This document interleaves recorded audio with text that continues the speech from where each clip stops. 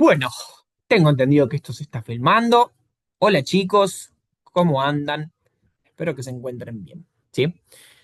Hoy nos toca hablar de un tema que, así como lo hablamos en su momento, es implicado, ¿sí? En pos de una psicología deportiva ya predispuesta, ¿no? Que es el concepto de liderazgo. O mejor dicho, el concepto de liderazgo en el fútbol, que a su vez me gusta llamarlo como aquel rol en la cual conducimos tanto jugadas, ¿sí? Pero sobre todo personas. ¿Mm? Bueno, por eso está bueno verlo de una manera introductoria, que el liderazgo hoy en día en el fútbol se lo considera como un eje, ¿no? Del fútbol moderno, ¿sí? Porque en el fútbol actual el liderazgo humano sigue el corazón. ¿Mm? ¿Desde el qué? Del rendimiento colectivo. Esto quiere decir que cómo se organiza un equipo es cómo se va a presentar. Ya no se trata de que, no sé, que el central barra una pelota y la saque para que no sea gol, sino saber de que el central puede comunicarse con el 5, del 5 al lateral, del lateral al 8 y buscar un sentido de colectividad, ¿sí? Eh, Porque recuerden que la táctica y la tecnología avanzan cada día, ¿eh? Es un hecho que no se puede negar desde este lindo deporte. Un equipo, recuerden a su vez que puede tener, ¿sí? Jugadores de elite y un cuerpo técnico brillante. Sin embargo, si no existe un liderazgo claro, coherente y compartido, el grupo se va a desordenar. ¿Mm? Es algo que justamente se desordena porque es inherente al ser humano. Porque si no hay una mente clara, cuando hablamos de mente hablamos colectiva, ¿no? No hay un futuro, no hay un propósito determinado. ¿Mm? Por eso el liderazgo en el fútbol no se reduce a dar órdenes, ¿sí? Sino que ¿qué? Es influir positivamente en los demás, ¿sí? Para alcanzar un objetivo común. ¿Mm? Esto quiere decir que va a implicar comunicar, inspirar, contener, va a implicar orientar, ¿sí? Y sobre todo, dar el ejemplo. Y si tenemos que dar un ejemplo, el ejemplo claro es Scaloni, ¿sí? Cuando asumió la selección argentina y toda la repercusión que tuvo, lo mucho que lo subestimaron y los resultados que tuvo. ¿Esto implica que hizo magia? No, construyó confianza, delegó responsabilidades, ¿no? Y sobre todo empoderó a distintos referentes. ¿Mm? Y que el mismo hecho, el resultado fue que un grupo, ¿sí? Unido, que por algo conquistó América y el mundo. Eh, y si seguimos con ese concepto, recuerden que se pueden ver distintos tipos de liderazgo, ¿sí? Porque no existe un solo modo de liderar. Porque el buen DT o jugador que entiende que cada grupo va a requerir un estilo diferente según su momento, edad y personalidad colectiva, va a generar ¿qué? Un liderazgo autoritario y un liderazgo demócrata, pero sobre todo un liderazgo transformacional. Recuerden que el liderazgo autoritario es aquel que está basado en la dirección vertical, ¿sí? Aquel que puede funcionar en crisis o grupos inmaduros. Sin embargo, este liderazgo autoritario va a limitar la autonomía, ya que por algo la palabra autoritario, ¿no? Y el gran ejemplo que se puede ver es José Mourinho, mi forma de ver, ¿no? Que ejerce un liderazgo fuerte, disciplinador y centrado en qué? En el control. Sin embargo, si nos pasamos al liderazgo demócrata, ¿no? Es aquel que escucha, que se involucra, que fomenta compromiso, que requiere confianza. Acá el gran ejemplo es Guardiola, ¿no? El hecho de que les pide opinar, pensar y decidir, que busca promover la participación activa de sus jugadores. ¿Mm? Y después, si vemos el liderazgo transformacional, es aquel que va más allá del resultado, ¿sí? Es el que busca inspirar, el que busca desarrollar personas, pero sobre todo generar un cambio, ¿sí? Emocional en el grupo. Acá me gusta nombrar a Jurgen Klopp, ¿no? Ya que sus futbolistas siempre suelen buscar el hecho de, siempre, o mejor dicho, destacan que los han ayudado a crecer como personas y no solo como jugadores. Y parte de crecer implica tener que ver el liderazgo del jugador dentro de qué? Del equipo, ¿sí? Porque no solo el DT va a liderar, ¿sí? Sino que justamente los jugadores también ejercen liderazgos horizontales en este caso, ¿no? Influyendo en el ánimo, la disciplina, pero sobre todo la cohesión de grupo.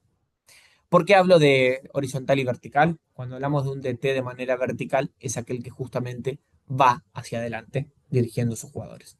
En cambio, el futbolista mira a los costados con todo el plantel, ¿sí? Y ahí es donde podemos ver que dentro de estos liderazgos, algo que comparten a menor o mayor escala es el concepto de líderes dentro del plantel, ¿sí? Acá se le excluye un poco eh, al DT, pero sin embargo no deja de ser parte de, ¿no? Porque es aquel que también los lidera a su vez. Siempre se dice que en cancha uno va a encontrar al líder técnico, que es aquel que, por ejemplo, marca la diferencia de rendimiento.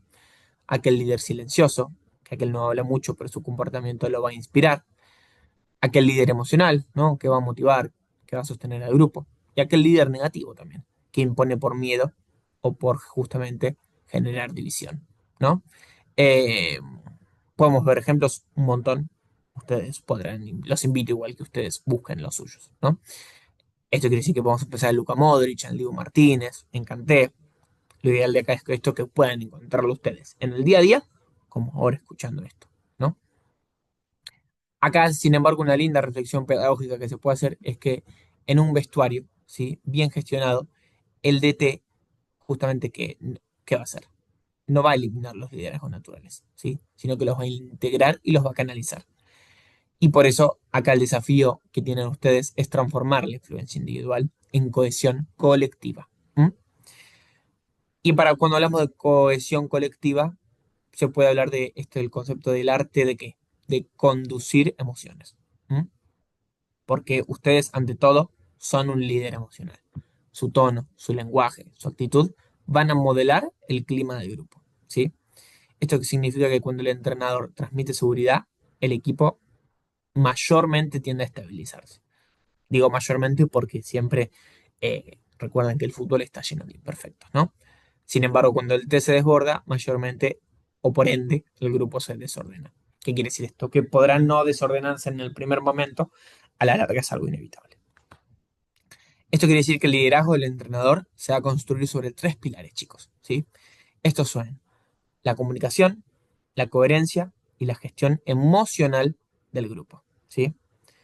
Coherencia, recuerden que es el concepto de decir y hacer y exigir lo mismo, ¿sí? Cuando hablamos de comunicación, es aquel saber qué decir, cuándo y cómo decir, ¿no?